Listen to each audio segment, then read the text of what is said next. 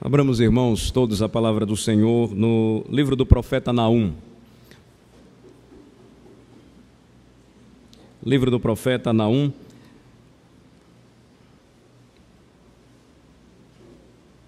Um dos profetas menores,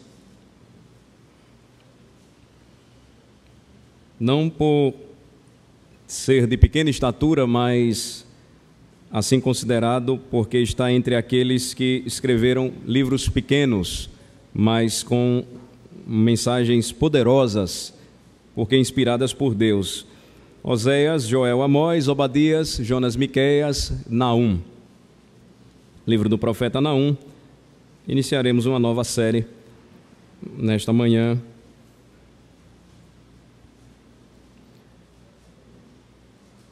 O nosso propósito é estudarmos em 2 encontros, 2 domingos, o livro do profeta. Hoje nós teremos uma introdução ao livro e estudaremos juntos o primeiro capítulo, o capítulo de número 1.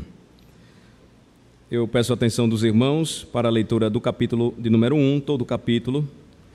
Os irmãos acompanhem atentamente a leitura da palavra do Senhor. Antes disso, vamos apenas suplicar ao Senhor aquilo que é extremamente necessário para as nossas almas, que é a compreensão, que é a iluminação necessária para a compreensão do texto sagrado, do texto bíblico. Senhor nosso Deus e Pai, revela-nos aquilo que está escrito, registrado, revela-nos as Tuas sagradas letras, abrindo o nosso entendimento e como o Teu povo cantou e orou, ao abrirmos o Teu livro, Senhor, que possamos, nesta leitura bendita, recebermos do Senhor o pão da vida que desceu dos céus, o nosso alimento, que possamos entender que toda a palavra, ela nos revela e aponta para o nosso Redentor maravilhoso, o Senhor Jesus Cristo. Abençoa-nos, ó Deus, nesta hora. Em nome de Jesus oramos. Amém. Diz assim a palavra do Senhor, livro do profeta Naum, capítulo de número 1. Sentença contra Nínive. Livro da visão de Naum, o Ecosita. O Senhor é Deus zeloso e vingador. O Senhor é vingador e cheio de ira. O Senhor toma vingança contra os seus adversários e reserva indignação para os seus inimigos. O Senhor é tardio em irar-se, mas grande em poder e jamais inocente ao culpado. O Senhor tem o seu caminho na tormenta e na tempestade, e as nuvens são o pó dos seus pés. Ele repreende o mar e o faz secar, e míngua todos os rios. Desfalecem Bazã e o Carmelo, e a flor do Líbano se murcha. Os montes tremem perante ele, e os outeiros se derretem, e a terra se levanta diante dele, sim, o mundo e todos os que nele habitam. Quem pode suportar a sua indignação? E quem subsistirá diante do furor da sua ira? A sua cólera se derrama como fogo, e as rochas são por ele demolidas. O Senhor é bom, é fortaleza no dia da angústia, e conhece os que nele se refugiam. Mas com inundação transbordante, acabará de uma vez com o lugar desta cidade. Com trevas perseguirá o Senhor os seus inimigos. Que pensais vós contra o Senhor? Ele mesmo vos consumirá de todo, não se levantará por 2 vezes a angústia. Porque ainda que eles se entrelaçam como os espinhos e se saturam de vinho como bêbados, serão inteiramente consumidos como palha seca. De ti, Nínive, saiu um que maquina o mal contra o Senhor, um conselheiro vil. Assim diz o Senhor: por mais seguros que estejam, e por mais numerosos que sejam, ainda assim serão exterminados e passarão. Eu te afligi, mas não te afligirei mais. Mas de sobre ti, Judá, quebrarei o jugo deles e romperei os teus laços. Porém, contra ti, a Síria, o Senhor deu ordem que não haja posteridade que leve o teu nome. Da casa dos teus deuses exterminarei as imagens de escultura e de fundição. Farei o teu sepulcro, porque és vil. Eis sobre os montes os pés do que anuncia boas novas, do que anuncia a paz. Celebra as tuas festas, ó Judá, cumpre os teus votos, porque o homem vil já não passará por ti, ele é inteiramente exterminado. Amém. A história do povo de Deus é acompanhada, ou sempre foi acompanhada, da promessa redentiva dada pelo Senhor da conquista da terra. A história do povo de Deus começa com o homem e a mulher criados para habitarem no paraíso, no Éden, o jardim das delícias do Senhor. Caído o homem, porque filiando-se ao diabo, ao inimigo do Senhor, ele então é expulso da terra, mas o Senhor deixa com a sua criação, com o homem e com a mulher, a promessa da restauração. A história se segue e Deus então preserva a semente do seu povo. A história se desenvolve e Deus chama um homem da mesma terra que depois se tornaria objeto de vingança e de castigo divino contra a impiedade do povo, Nínive, a terra dos caldeus, onde o Senhor retira Abraão da cidade de Ur, chama-o para que, seguindo as promessas divinas, fosse à procura da terra prometida. De forma que a história da redenção do povo de Deus sempre apontou para a esperança e para a expectativa da terra. Agora, Abraão, desenvolvendo a sua vida, procurando o seu caminho, seguindo ao Senhor pela fé, de Abraão surge um grande povo, uma grande nação. A nação cresce, a nação se desenvolve, a terra começa a ser conquistada, o reino de Israel se estabelece, mas a terra ela se torna distante para o povo, quando o povo, em desobediência, então experimenta o resultado da descrença. A fé levou Abraão, os seus filhos, os patriarcas, os primeiros reis à conquista. A descrença levou o povo a experimentar o justo juízo de Deus. Abraão saiu de Ur dos caldeus, que se tornaria o grande e poderoso reino assírio, o reino dos ninivitas. Agora o povo de Deus está em uma situação de domínio. É neste contexto que viveram os profetas Naum, Abacuque e Sofonias, e é nesse contexto ainda que a história da redenção ela se processa e Deus envia os profetas para anunciarem que eles deveriam olhar novamente para a terra. É interessante notar, irmãos, que a ligação da terra com a promessa da redenção que Deus entregou ao seu povo sempre foi algo muito forte, descrito e relatado até mesmo nos contos escritos por cristãos. Recentemente, aqueles que gostam das obras de Tolkien perceberam um dos seus livros sendo mais uma vez transformado em filme. E na história do Hobbit nós percebemos um reino de anões desejoso por voltar e recuperar a terra perdida. Por que aqueles homens perderam a sua terra? Por conta da cobiça, da ganância, da maldade, do desejo de se tornarem tão ricos a ponto de desprezarem os demais. O contexto em que viveu Naum e a mensagem que Naum recebeu e que tinha que entregar ao Senhor foi muito importante para aquele período, porque ele viveu nos dias em que reinou em Judá um rei extremamente mau. E na realidade, a porta para tudo aquilo que o povo estava experimentando foi fruto da desobediência. O castigo divino caiu sobre os reinos e principalmente aqui contra o reino de Judá, porque Israel, por conta da sua maldade, já estava dividido por conta de um homem.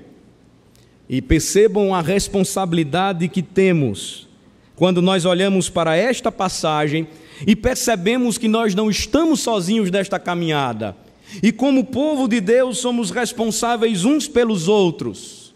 e que aqueles que governam e lideram o povo de Deus têm responsabilidades muito grandes. Jonas, profeta do Senhor, apresentado na mensagem do último domingo que nós ouvimos, ele recebeu do Senhor uma mensagem que deveria anunciar a misericórdia divina. Naum agora, chamado, seu nome quer dizer Consolador, recebeu uma mensagem de juízo contra o mesmo povo para quem Jonas pregou. Ele recebeu uma palavra pesada. A Escritura diz que foi uma sentença, uma palavra dura da parte do Senhor contra os ninivitas. E ele recebeu uma visão. E nesta visão, ele deveria registrar tudo aquilo que deveria ser o objeto, mais uma vez, por meio da pregação da palavra, de restauração do povo, a visão e a promessa da terra. Agora, observem comigo como tudo começa. Marquem o livro de Naum e caminhemos juntos para o segundo livro dos Reis, capítulo 21. Eu falei a vocês que a maldade do povo se intensificou e a cobiça do povo, ela cresceu por conta de um reinado incrédulo, e a incredulidade, ela, porque contrária à fé, não conduz o povo de Deus ao triunfo, mas à ruína. Segundo livro dos Reis, capítulo 21, a partir do versículo 1, a partir do primeiro versículo, olhem comigo o que diz a passagem bíblica.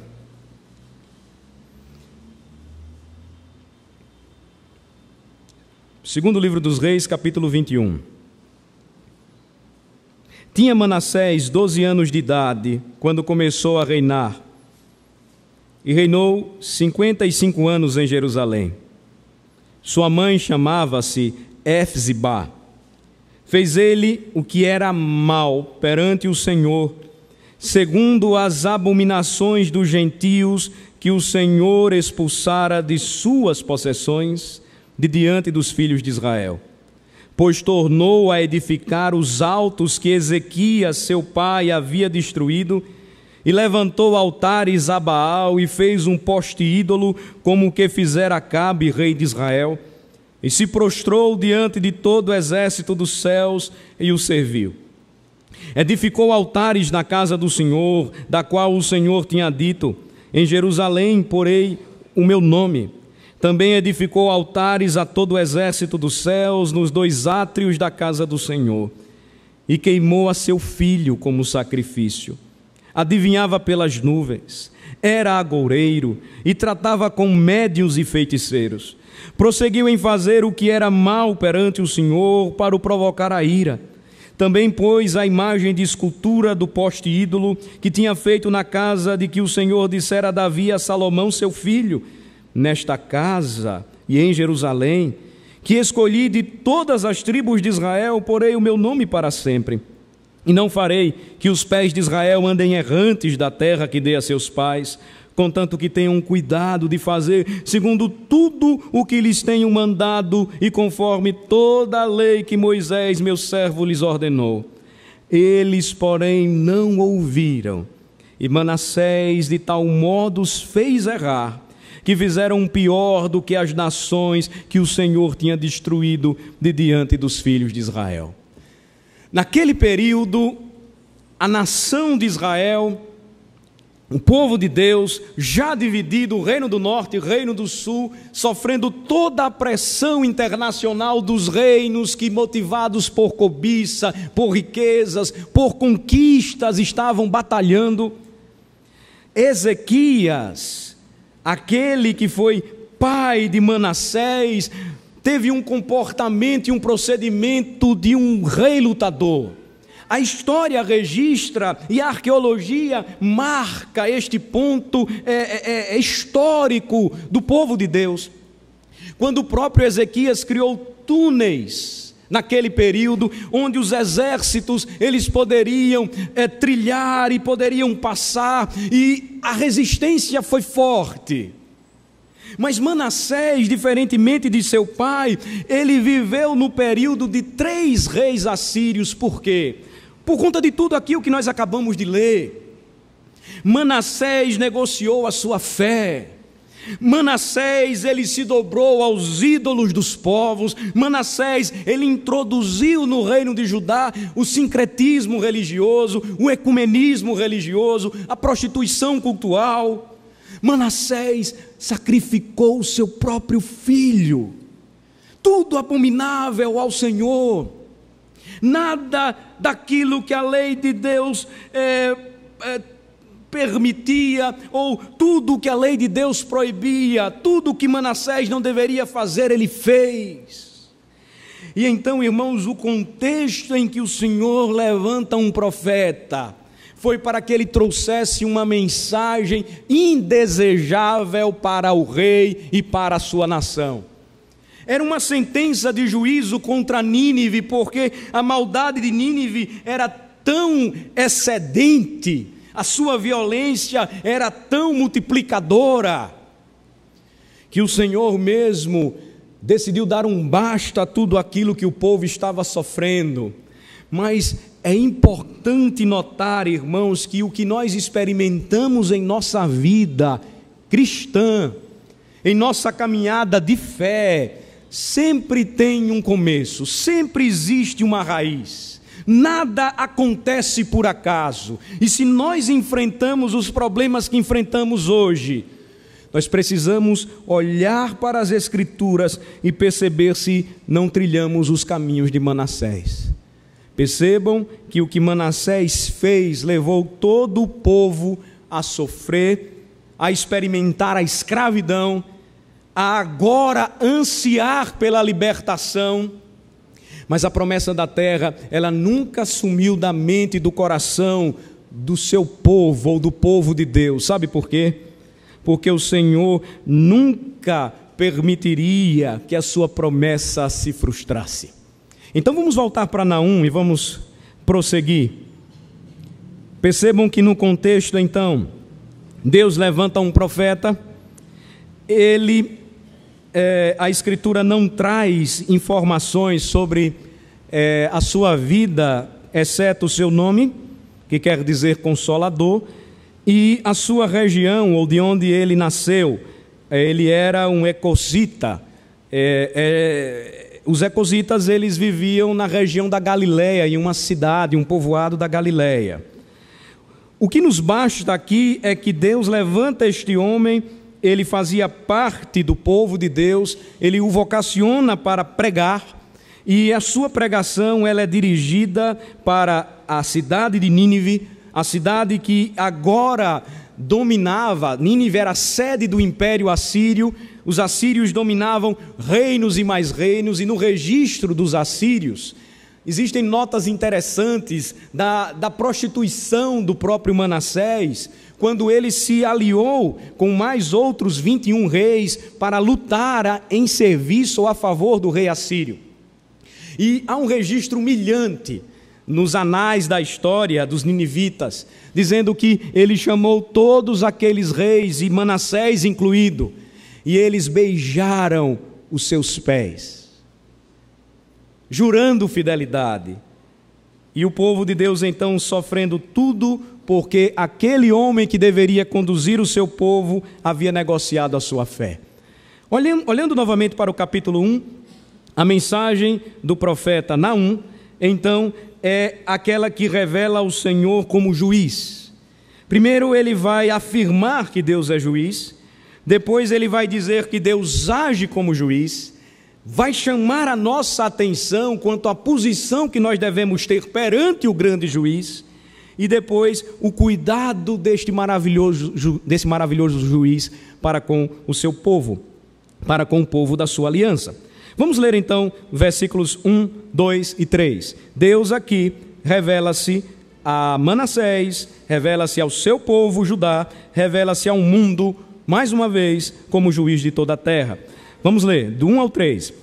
Sentença contra Nínive, livro da visão de Naum, o ecocita. O Senhor é Deus zeloso e vingador. O Senhor é vingador e cheio de ira. O Senhor toma vingança contra os seus adversários e reserva a indignação para os seus inimigos. O Senhor é tardio em irar-se, mas grande em poder, e jamais inocenta o culpado. O Senhor tem o seu caminho na tormenta e na tempestade, e as nuvens são o pó dos seus pés. Deus é juiz, afirma o profeta Naum. Assim ele começa a sua sentença. Assim ele inicia a sua palavra dura. Ele diz que Deus é ciumento, literalmente. Mas não confundamos o ciúme divino com o nosso ciúme pecaminoso, carnal, motivado por inveja, egoísmo, não. Deus é zeloso ou ciumento por sua glória, por sua honra, que Ele não dá a nenhum outro. Por isso o versículo 2 diz: o Senhor é Deus zeloso e vingador e cheio de ira, que toma a vingança contra os seus adversários e reserva indignação para os seus inimigos. O amor de Deus é um de seus atributos maravilhosos, mas se enfatiza muito hoje o amor de Deus em detrimento do juízo divino. É impossível que os homens conheçam o verdadeiro amor de Deus em Cristo Jesus, se antes não conhecerem a essência divina também, que é justiça. Ele é juiz, e a Escritura diz: Ele não deixa nada para trás. Ele é juiz e, portanto, os seus adversários e os seus inimigos não permanecerão de pé. Ele é juiz e por isso o profeta anunciou: os ninivitas, eles não continuarão triunfantes. A sentença do livro é clara contra uma nação. Agora notem que no contexto em que o Senhor revela a sua justiça, Ele não deixa de revelar também o atributo da sua grande paciência. O versículo 3 diz: o Senhor é tardio em irar-se, mas grande em poder, e jamais inocenta o culpado. A sua longanimidade, ou seja, longa paciência, ela tem sido demonstrada de geração em geração. Nós somos testemunha disso. Nós somos testemunhas desse fato. Quantas coisas erradas e ruins praticamos nessa vida? Quantas vezes brincamos com o Senhor? Nós, principalmente, que conhecemos o Evangelho, que crescemos na igreja, quantas vezes afastados dos caminhos do Senhor? Deus então revelou a sua misericórdia, o seu amor, quando nos fez enxergar a sua grande justiça, quando nos fez perceber o seu zelo vingador, quando nos fez notar que se não nos arrependêssemos, iríamos perecer, e nós não corremos até os seus pés com medo, mas com um temor santo que agora nos faz enxergar a promessa divina para o seu povo. Deus então olha para os incrédulos e os impenitentes e os descrentes deste modo. Percebam que Ele é tardio em irar-se, mas Ele é grande em poder, ninguém pode com Ele, e Ele jamais inocenta o culpado. Às vezes nós pensamos, irmãos, que somos melhores do que os outros. Eu digo isso enquanto igreja, enquanto povo, comunidade dos crentes. Nós não somos melhores do que ninguém. Nós fomos alvo ou alcançados pela graça e misericórdia de Deus, pura e simplesmente. Porque se assim não fosse, o nosso caminho seria o caminho da destruição. Se Deus não revelasse em Cristo a verdadeira salvação, nós iríamos morrer, porque o culpado jamais será inocentado. Se o Senhor fizesse isso, Ele negaria a sua essência, que também é justiça.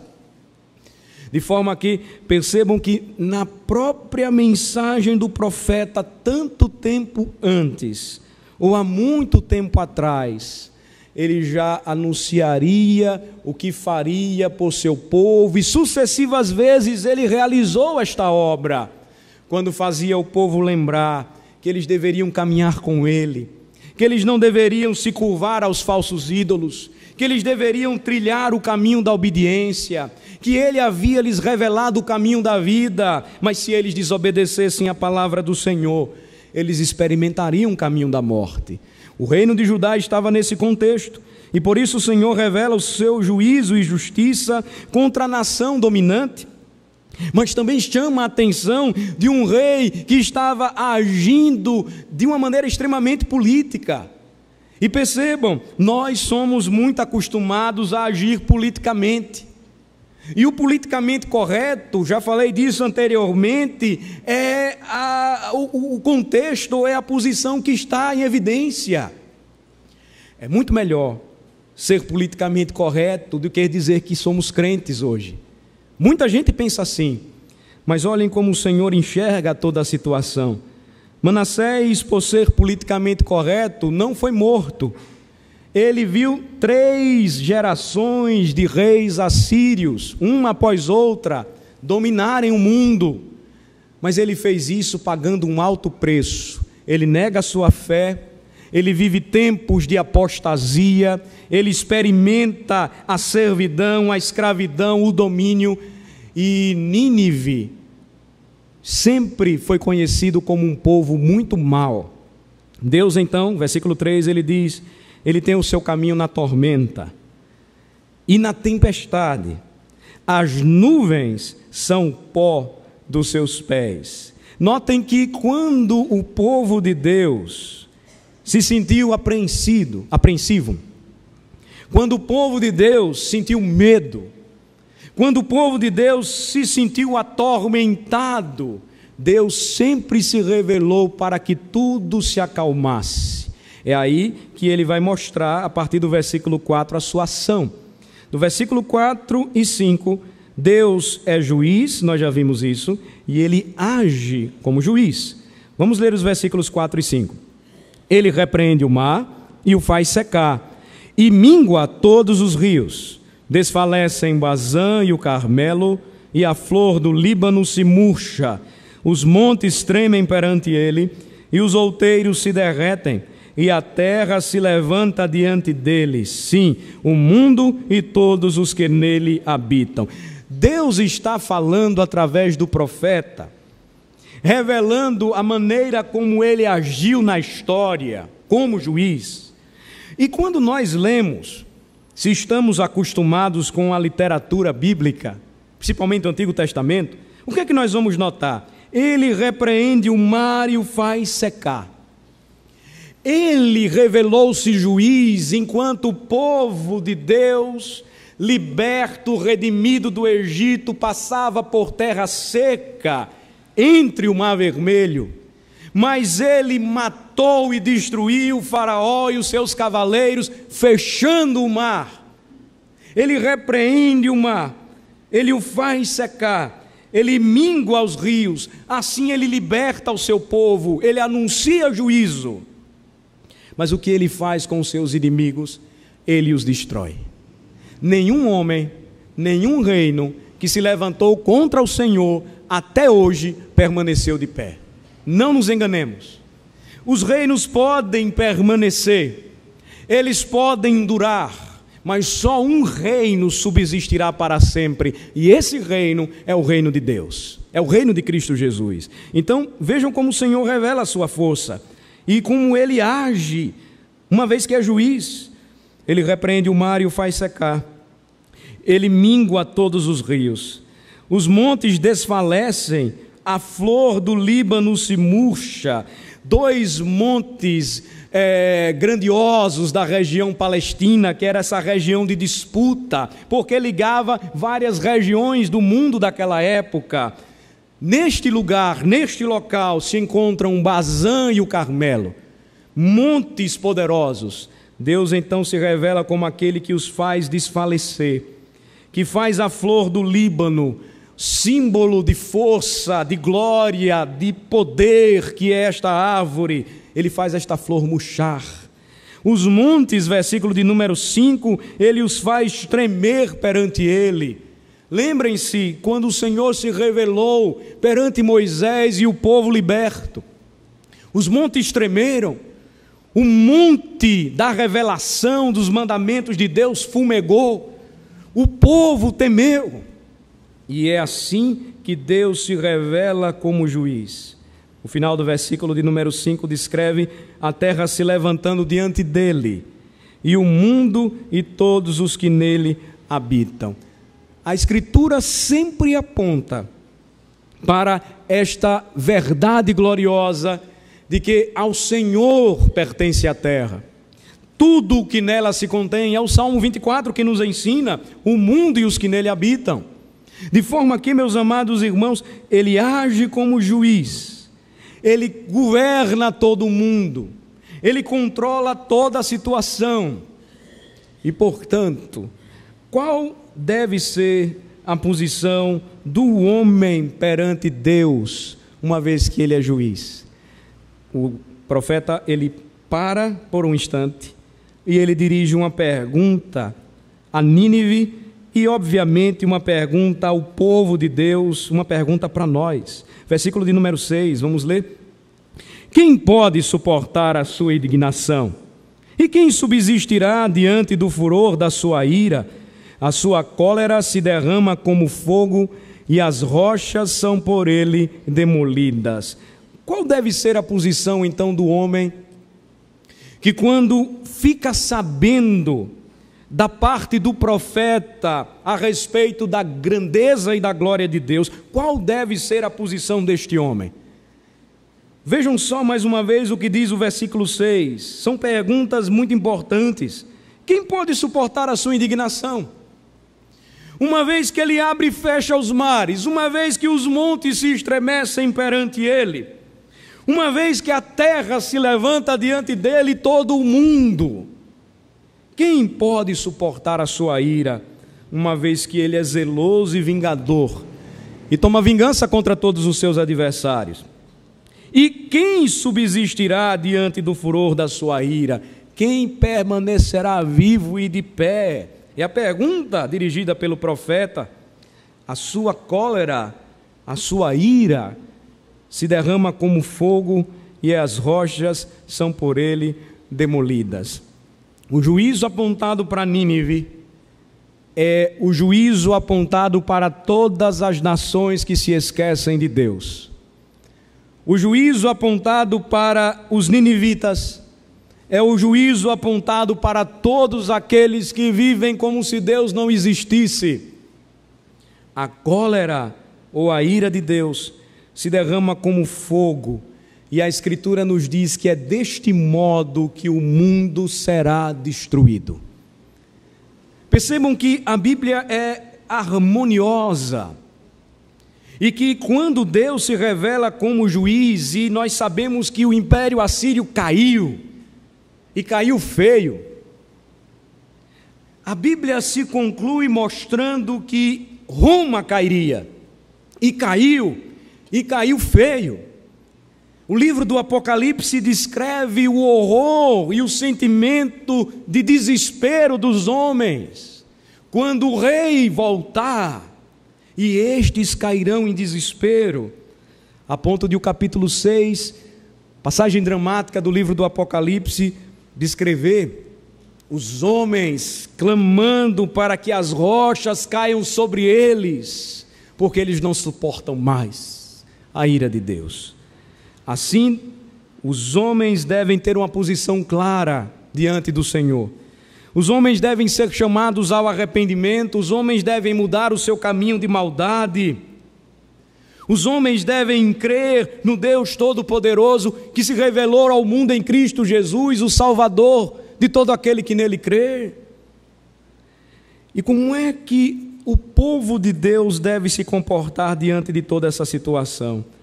O versículo 7 então nos revela o cuidado do juiz de toda a terra pelos seus. Versículo 7, que versículo bonito, em meio a toda essa descrição do juízo divino. Como nós devemos nos comportar? Só temem o juízo de Deus aqueles que não servem ao Senhor. Só temem ou sofrerão esta terrível desgraça os que caminharem na descrença. Mas os que confiam no Senhor, como devem agir? Como devem encarar toda a situação que aparentemente mostra um mundo avançando, crescendo e se fortalecendo contra Deus? Qual deve ser a nossa posição ao enxergarmos a história do povo de Deus e a maneira como o Senhor conduz o seu povo? Vamos ler juntos o versículo de número 7?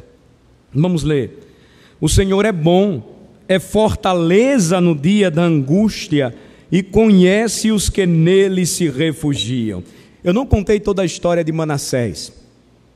Quando nós caminhamos um pouco mais adiante, nós vamos perceber que Manassés, ele se arrepende profundamente de tudo que ele fez. Ele chora e ora ao Senhor. Ele clama ao Senhor a sua misericórdia. Ele ouve a palavra do profeta. E o versículo 7 descreve o que o Senhor faz quando Ele move o coração do seu povo, a começar dos seus reis, dos seus líderes. Ele revela o seu cuidado como juiz. O juiz é aquele que deve proteger os mais fracos, os oprimidos, ele deve exercer juízo e justiça. E o Senhor, então, Ele é o perfeito juiz. O versículo 7 diz, Ele é bom. O seu atributo, a bondade aqui é revelado. Ele é fortaleza no dia da angústia e Ele conhece os que nele se refugiam. Deus, Ele se revela na palavra de diversas vezes, Ele se revela para o seu povo, para nós, para mim, para vocês, como refúgio e fortaleza, como socorro bem presente no dia, na hora da tribulação. Salmo 46, portanto, não temeremos, ainda que a terra se transtorne e os montes se abalem. Percebem as conexões? Ele faz os montes tremerem, ou Ele faz os montes tremer. Eles estremecem diante do Senhor. Eles se derretem diante do juiz de toda a terra. Mas como é que o povo de Deus enxerga tudo isso? Como Deus sendo bom, como sendo refúgio e fortaleza, na hora da angústia, na hora em que nós precisamos do refúgio verdadeiro, do refúgio real para as nossas almas. Os versículos de 8 a 11 agora trazem o juízo de Deus contra aqueles que não se refugiam nele. É uma palavra específica, direta para os assírios, para os ninivitas, mas também traz aplicações profundas para nós hoje, quando nós chegamos no final do capítulo 1. Acompanhe apenas a leitura dos versículos de 8 a 11, diz assim: uma vez que o Senhor é bom, e Ele é fortaleza no dia da angústia e conhece os que nele se refugiam, os crentes podem confiar e descansar no Senhor. Mas a partir do versículo 8 diz que com inundação transbordante, acabará de uma vez com o lugar desta cidade, Nínive. Com trevas perseguirá o Senhor os seus inimigos. Que pensais vós contra o Senhor? Ele mesmo vos consumirá de todo, não se levantará por duas vezes a angústia. Porque ainda que eles se entrelaçam como os espinhos, e se saturam de vinho como os bêbados, serão inteiramente consumidos como palha seca. De ti, Nínive, saiu um que maquina o mal contra o Senhor, um conselheiro vil. O rei, então, mais uma vez, ele responde por seu povo. Os ninivitas sofreriam por conta do governo impiedoso de seus reis. Os ninivitas não experimentariam da mesma dose de bondade e de refúgio da parte do Senhor, porque no contexto vivido aqui específico em que o profeta pregou, eles estavam massacrando o povo pactual de Deus. E o Senhor então diz: vocês serão destruídos. Porque os ímpios, eles não são como os crentes, plantados junto à corrente de águas, como uma árvore ligada a um rio. Os ímpios são como uma palha que o vento dispersa. E por isso Davi diz: os perversos não prevalecerão no juízo, nem os pecadores na congregação dos justos. Enquanto eles se deliciavam com os banquetes, com os sacrifícios às suas divindades ímpias, enquanto eles idolatravam e serviam ao mal, eram objeto e instrumento da maldade, o Senhor estava preparando o dia em que tudo isso cessaria, o dia em que tudo aquilo que os homens haviam produzido cairia.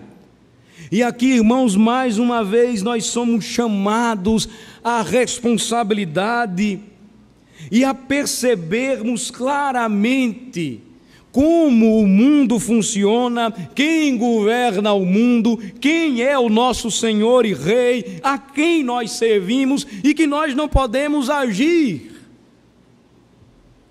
politicamente corretos. Nós não podemos agir, como na linguagem hoje comum da política brasileira, como melancias, verdes por fora, vermelhos por dentro, escondemos quem somos, temos que mostrar quem verdadeiramente somos. Temos que apresentar claramente a diferença que nos faz viver de modo vivo e verdadeiro. Não podemos copiar e não podemos imitar aquilo que os ninivitas tanto amam fazer ainda hoje. Nínive é a representação de tudo aquilo que a gente vê hoje no mundo e que se apresenta contra o juiz de toda a terra.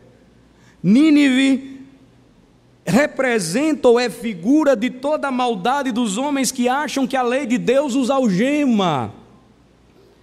Nínive representa a vida dos governantes que não promovem o temor do Senhor em suas nações, e isso inclui a nossa nação, e que serão consumidos no dia do juízo divino, caso não se arrependam. A conclusão do capítulo 1 diz, a partir do versículo 12, a sentença final do Senhor neste capítulo de abertura. Assim diz o Senhor: por mais seguros que estejam, e por mais numerosos que sejam, ainda assim serão exterminados e passarão. Eu te afligi, mas não te afligirei mais. O Senhor havia lembrado que não levantaria por 2 vezes a angústia de Judá. Mais uma vez agora ele repete: não afligirei mais vocês.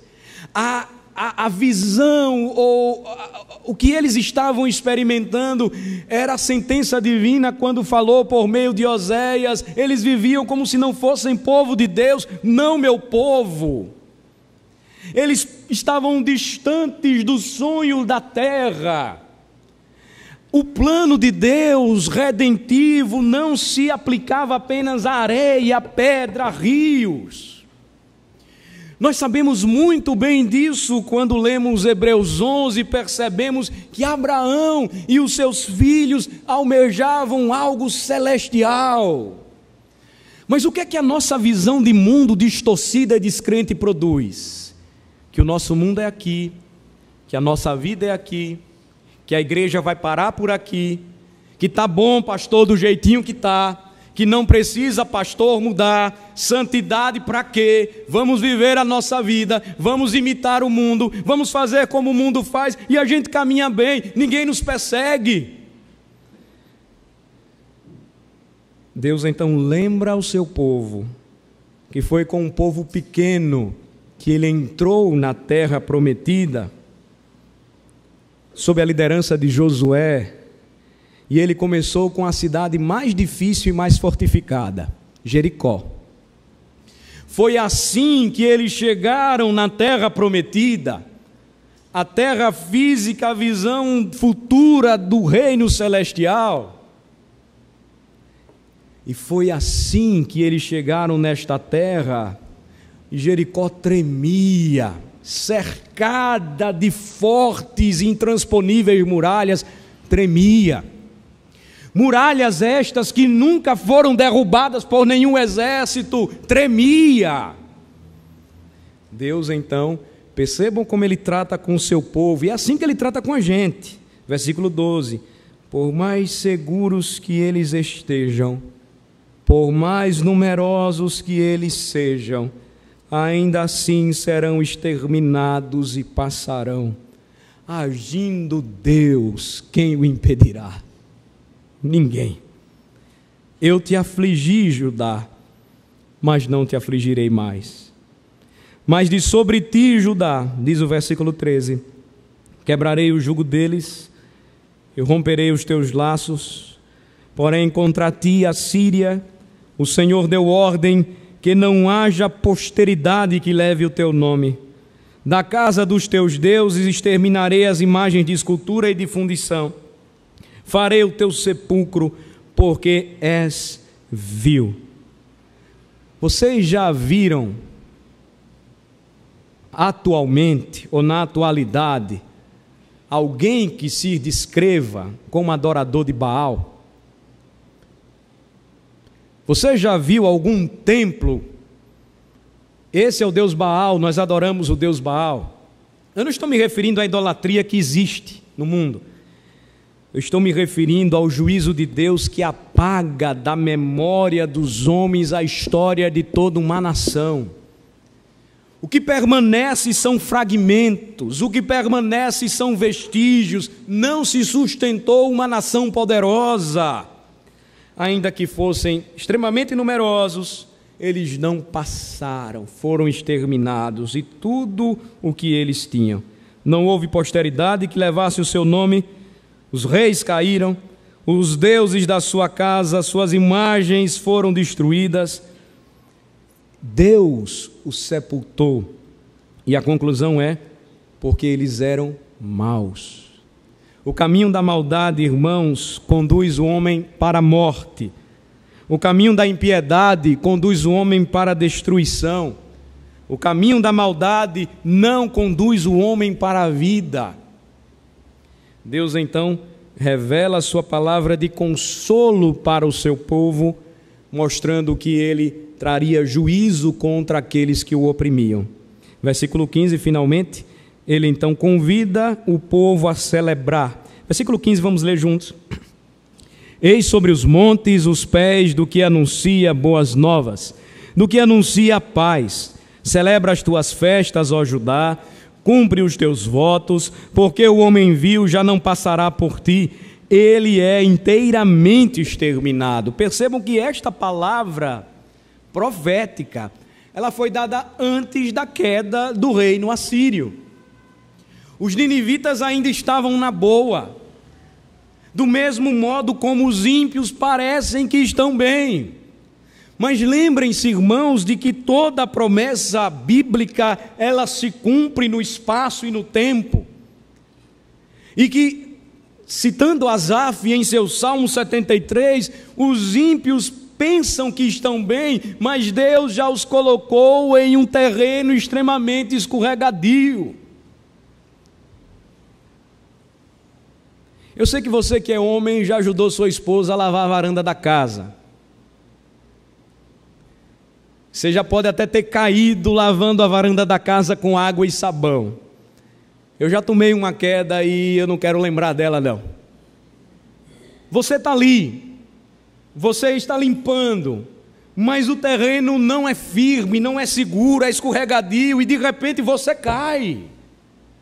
Essa é a visão, é o quadro pintado pelo Senhor. Os ímpios, eles acreditam que tudo vai terminar bem. Esta palavra foi dada pelo Senhor ao profeta em um contexto de desânimo e de desencorajamento de toda uma nação. E vejam como é que ele conclui. Eis sobre os montes os pés do que anuncia boas notícias, do que anuncia a paz. Celebra as tuas festas, ó Judá. Cumpre os teus votos. Por quê? Porque o homem mau já não passará por ti. A sentença é clara, ele é, não será, ele está inteiramente destruído. Essa, irmãos, deve ser a nossa perspectiva quando nós olhamos o futuro. Essa, irmãos, deve ser a nossa visão de mundo quando nós somos chamados ainda hoje a cumprirmos os nossos votos para com o Senhor. Você lembra dos votos que você fez no dia da sua profissão de fé? De não abandonar a casa do Senhor, de não dar testemunho da sua fé, de confessar o Senhor Deus, Pai, Filho e Espírito Santo. Você lembra dos seus votos de ordenação, e isto me inclui, de ser fiel na pregação, de ser fiel aos votos que fiz de fidelidade à Igreja de Cristo. Vocês lembram dos votos que fizemos quando batizamos os nossos filhos? De criarmos na aliança e nos caminhos do Senhor? São estes votos, irmãos, que nos fazem lembrar o porquê devemos celebrar festas. E toda festa, ela é tão bonita. E o povo de Deus sempre celebrou festas, e por isso nós precisamos fazê-las, jamais esquecê-las. Porque somos um povo feliz, o mais feliz de toda a terra. Porque o que diz o nosso Senhor, que é juiz de toda a terra, é que Ele já estabeleceu um dia em que vai julgar o mundo com justiça, por meio de um varão que Ele confiou e determinou para essa função. Vocês sabem de quem eu estou falando? O nosso Rei Jesus Cristo. Por isso, irmãos, que,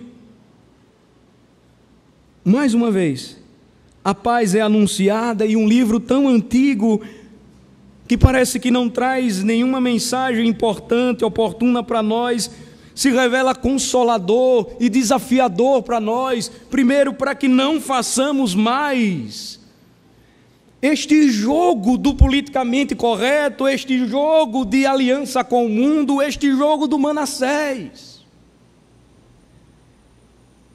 Mas que olhemos sempre para os montes, e assim como Davi, oremos: elevo os meus olhos para os montes. De onde me virá o socorro?